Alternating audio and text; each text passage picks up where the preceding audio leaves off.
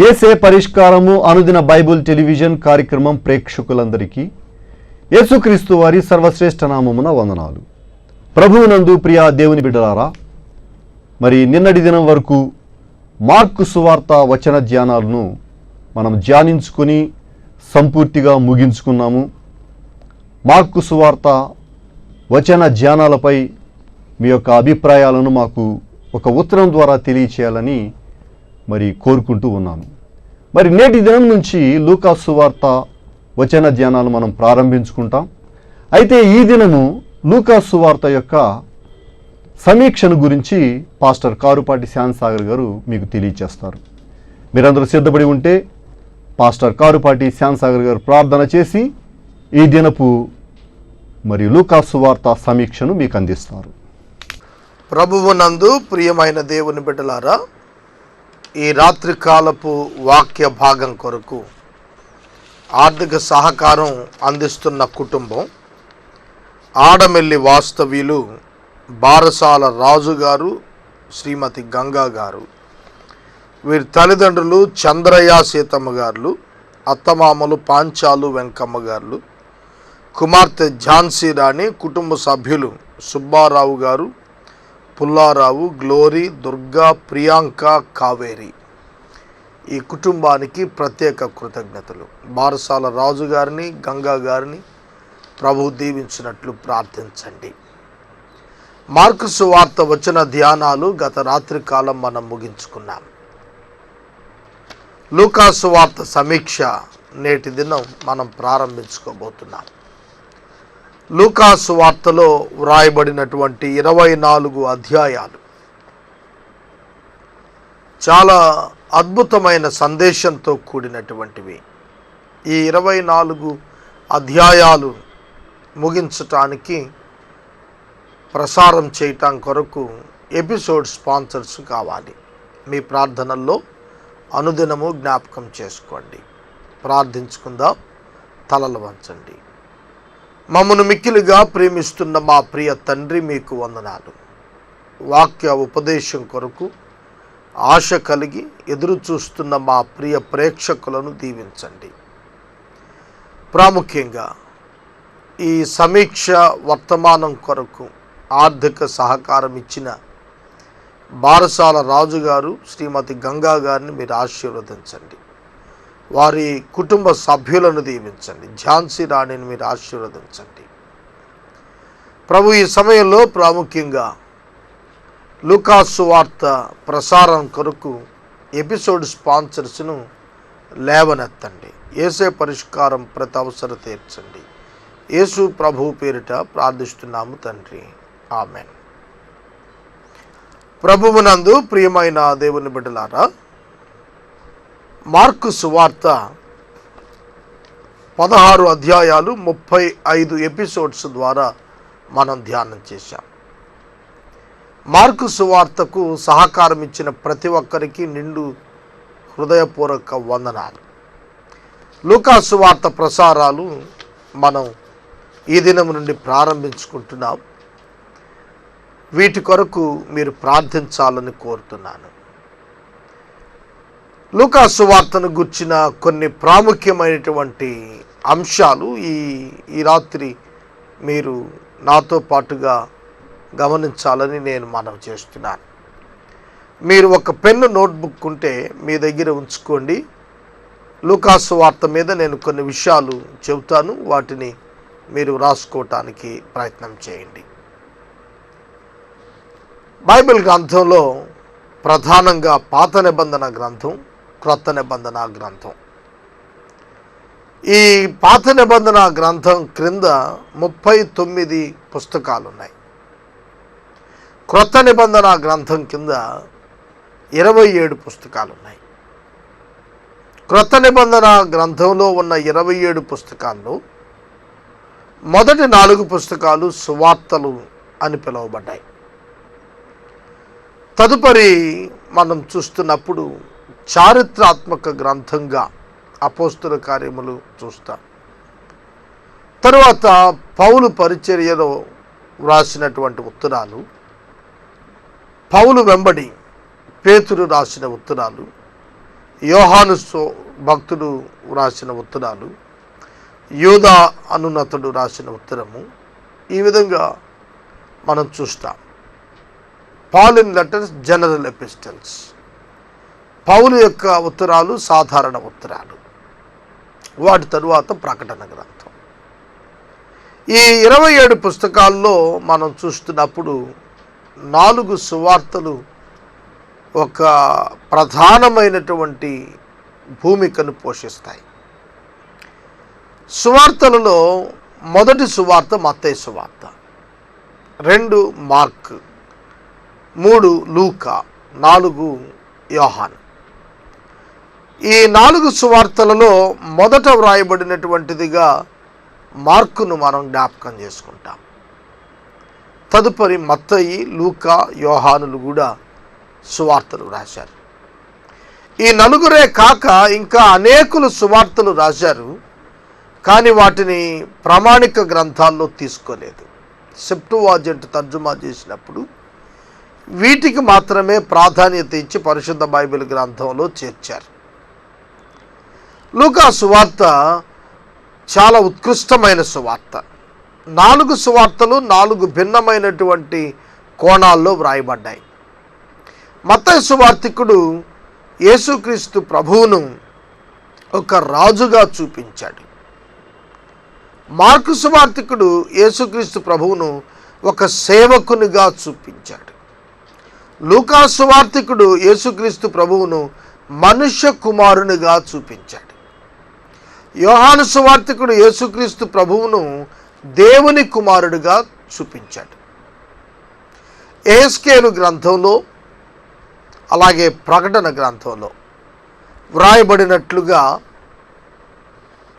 పరలోకములో ఉన్నటువంటి ఆ 4 జీవులు, వాటి యొక్క ముఖాలు, ఒక ముఖము సింహం, 2వ ముఖం పక్షిరాజు, 3వ ముఖము దూడ లేదంటే ఎద్దు అన్నాడు యెహెజ్కేలు గ్రంథంలో, 4వ ముఖం మనిషిని ముఖం. కనుక ఈ 4 ముఖాలు 4 కోణాలుగా సువార్తికులు అభివర్ణించారు. మనం ఇప్పటికే 2 కోణాల్లో యేసుక్రీస్తు ప్రభువును చూశాం. యేసు రాజు మత్తయి సువార్త నుండి, యేసు దేవుని నిజమైన సేవకుడు మార్కు సువార్త నుండి. లూకా గారి కోణంలో యేసుక్రీస్తు ప్రభువారిని మనుష్య కుమారుడిగా చూపించాడు. జకరియా గ్రంథం 6వ అధ్యాయంలో యేసుక్రీస్తు ప్రభువారిని గురించి రాస్తూ, చిగురు అను ఒకడు పుట్టును, అతడు దేవుని యొక్క ప్రజలను ఏలతాడని, దేవుని మందిరాన్ని తానే కడతాడని రాశాడు. అది ప్రభు అయిన యేసుక్రీస్తు వారి గురించి వ్రాయబడిన మాట. అదే ఆధారంగా చిగురు అను ఒకడు అన్నప్పుడు బిహోల్డ్ ద మ్యాన్ అని వ్రాసి ఉంటుంది. బిహోల్డ్ ద మ్యాన్, ఇదిగో ఆ మనుష్యుడు అనేటువంటి పదం. కనుక ఆ మానవత్వాన్ని, యేసు యొక్క మానవత్వాన్ని, సంపూర్ణ మానవత్వాన్ని వ్యక్తం చేస్తూ లూకా సువార్తికుడు ఈ యొక్క సువార్తను రాశాడు. లూకా సువార్త పరిశుద్ధ బైబిల్ గ్రంథంలో 42వ పుస్తకం. పరిశుద్ధ బైబిల్ గ్రంథంలో 42వ పుస్తకం. దీనిలో 24 అధ్యాయాలు వ్రాయబడ్డాయి.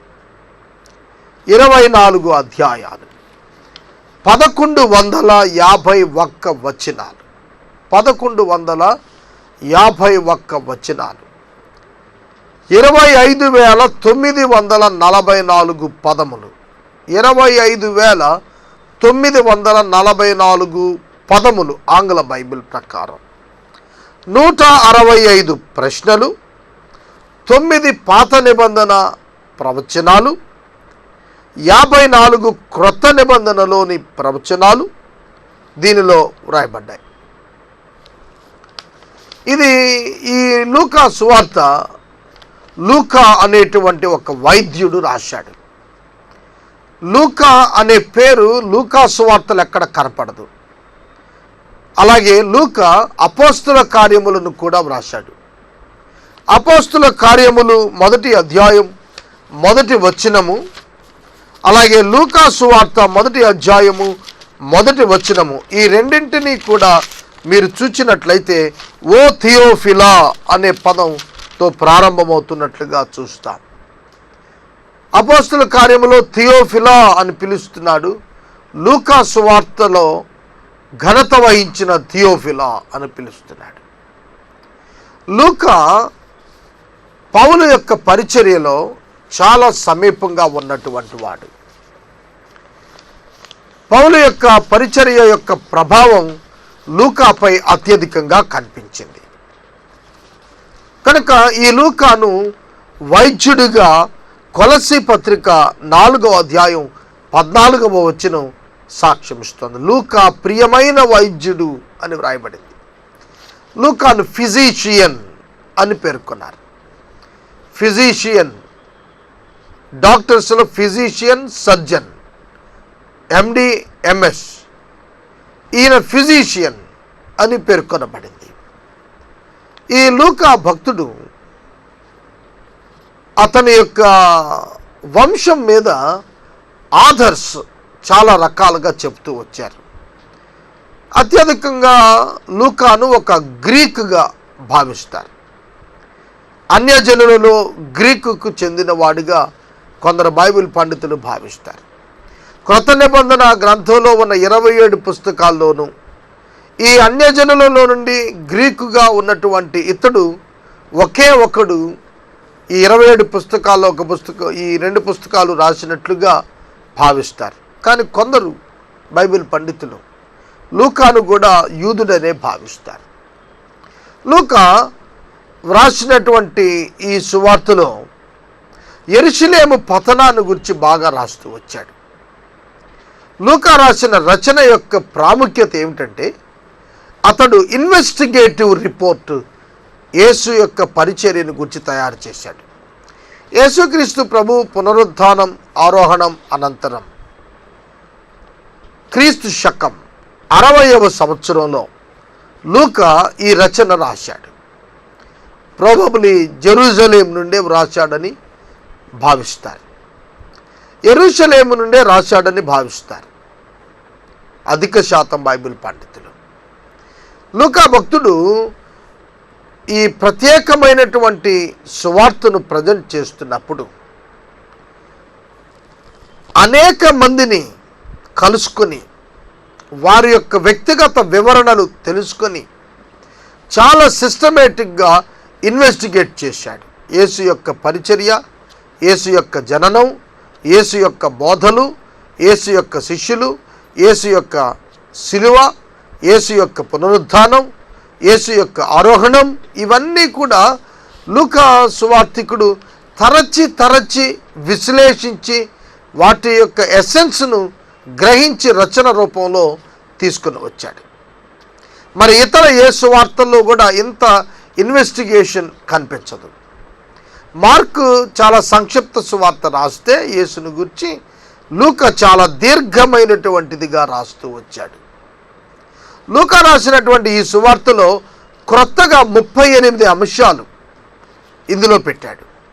ఇతర 3 సువార్తలలో వ్రాయబడినటువంటి 6 అద్భుతాలు, ఇతర 3 సువార్తలలో వ్రాయబడినటువంటి 10 రకాలైనటువంటి ఉపమానాలు, ఇతర 3 సువార్తలలో వ్రాయబడినటువంటి 22 బోధలు ఇందులో తీసుకుని వచ్చాడు. డిస్కోర్సెస్ తీసుకుని వచ్చాడు.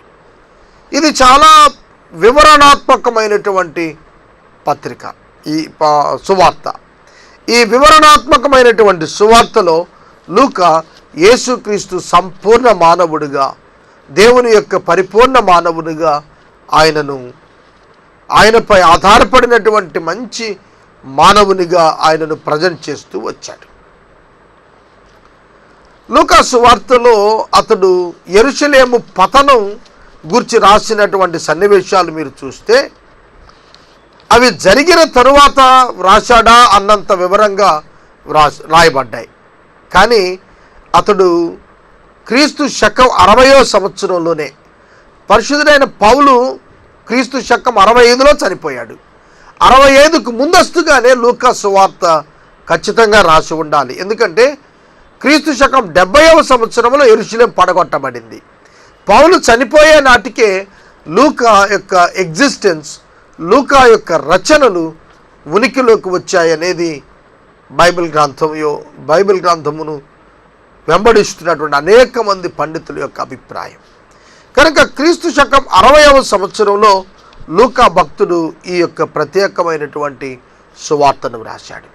దీనిలో ప్రధానమైనటువంటి వ్యక్తులుగా జకరియా, ఎలిజబెత్, యేసుక్రీస్తు ప్రభు, అపోస్తలులు, మగ్దలైన మరియా, పిలాతు, ఈ విధంగా అనేక మందిని ఇందులో హైలైట్ చేసి చూపిస్తూ వచ్చాడు. అలాగే యేసుక్రీస్తు ప్రభు వారు సంచరించిన గలిలయ పరిచర్య అంతా కూడా అద్భుతంగా వర్ణించాడు. మార్కు వర్ణించినటువంటి గలిలయ పరిచర్య కంటే కూడా ఎక్కువ వివరాలతో కూడినటువంటి విధానంగా, విశ్లేషణతో కూడిన విధానంతో అతడు లూకా సువార్తను పొందుపరచడం జరిగిందని నేను మనవి చేస్తున్నాను. లూకాను గురించి ఇంకా మనం చూస్తూ ఉన్నప్పుడు ఈ ప్రత్యేకమైనటువంటి సువార్త 3 భాగాలుగా విభజన చేయవచ్చు. డివిజన్గా మనం 3 డివిజన్స్గా తీసుకోవచ్చు. మొట్టమొదటి డివిజన్, మొదటి అధ్యాయం నుంచి 4వ అధ్యాయం 14వ వచనం వరకు యేసు యొక్క జననము, యేసు యొక్క పరిచర్య కొరకైన సిద్ధపాటు. అలాగే 4వ అధ్యాయం 15వ వచనం నుంచి 21వ అధ్యాయము వరకు ఉన్న వాక్య భాగంలో యేసు యొక్క వర్తమానములు మరియు యేసు యొక్క పరిచర్య, ఇది 2వ భాగం.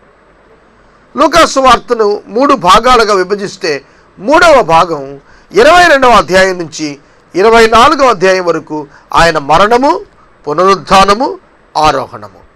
ఇలా 3 భాగాలుగా లూకా సువార్తను మనం విభజన చేసుకోవచ్చును. అంతేకాకుండా ఈ విభజనలో గనక మీరు చూసినట్లయితే చాలా ఆసక్తికరమైనటువంటి విశేషాలు రాస్తూ వచ్చాడు. ఏ విధంగా అంటే యేసుక్రీస్తు ప్రభువు వారిని అభిషేకించినటువంటి వృత్తాంతాలు చాలా డీటెయిల్డ్గా రాస్తూ వచ్చాడు. ఎందుకంటే ఇది ఒక ఇన్వెస్టిగేటివ్ రిపోర్ట్. ఆయన ఎక్కడికి వెళ్ళారో ఆ ప్రాంతాల్లో సంచరించాడు. ఏ ప్రాంతాల్లో అయితే ప్రభు తిరిగారో వాటిలో సాక్షులను సేకరించాడు. వారు చెప్పిన మాటలను యాజ్ ఇట్ ఈజ్గా రికార్డ్ చేస్తూ వచ్చాడు. అందుకనే దీనికి అథారిటీ ఎక్కువ. ఈ లూకా సువార్తకు చాలా అధికారయుక్తమైనటువంటి చరిత్రను ఆపాదించడం జరుగుతుంది.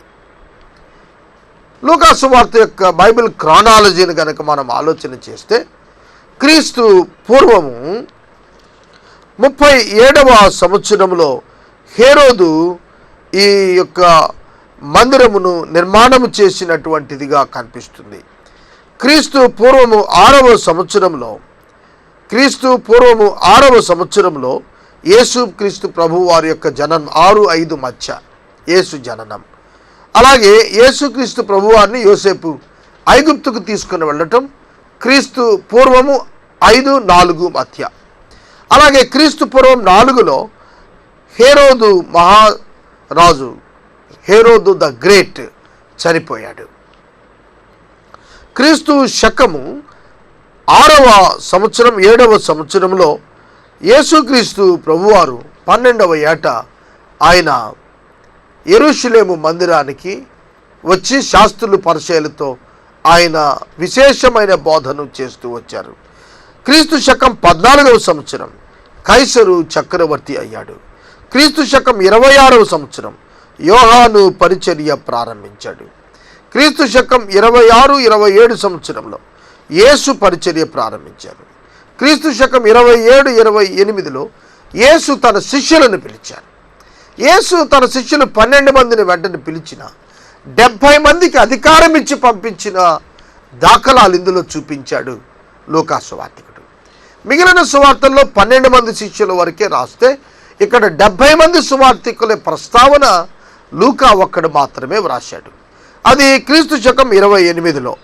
5,000 మందికి ప్రభు ఆహారం ఇచ్చింది క్రీస్తు శకం 29లో. యేసు యొక్క మరణం క్రీస్తు శకం 30వ సంవత్సరంలో. ఈ విధంగా ఈ లూకా సువార్తలో ఉన్నటువంటి అంశాలు క్రానలాజికల్గా మనం ఆలోచన చేయవచ్చును. ఈ యొక్క లూకా సువార్త యొక్క ముఖ్యమైనటువంటి వచనం, కీవర్డ్స్ ఏమిటి అనగా, లూకా సువార్త 19వ అధ్యాయం 9వ వచనం, ఇతడును అబ్రహాము కుమారుడే, ఎందుకనగా నేడు ఈ ఇంటికి రక్షణ వచ్చి ఉన్నది. నేడు ఈ ఇంటికి రక్షణ వచ్చి ఉన్నది. ఇది ప్రాముఖ్యంగా కీవర్డ్స్గా లూకా సువార్తలో మనం భావించడానికి అవకాశం ఉంది.